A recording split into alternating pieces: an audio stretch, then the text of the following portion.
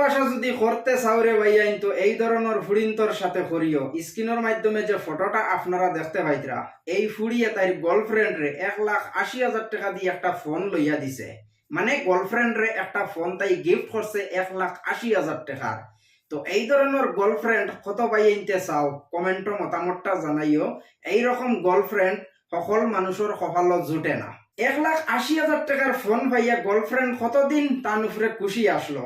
1,80,000 টাকার ফোন লইয়া এখন কিন্তু গার্লফ্রেন্ড তানে ছাড়িয়া কিন্তু বাগিছে। ভিডিওটা দেখার পরে আমি মনে মনে অনেক আনি দিলাম যে ফুড়িনতে আইজকাইল 1,80,000 টাকার ফোন তার গার্লফ্রেন্ডে তারা গিফট করতে পারেন।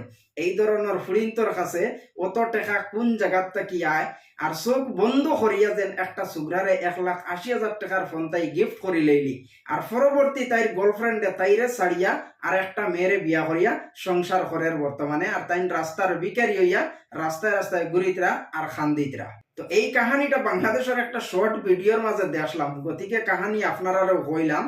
জানি না কাহানি বাস্তবতার সাথে কতটুক মিল আছে, ইয়া স্পিকটিক ভিডিও বানাইলা এটাও আমি কইতে পারতাম না।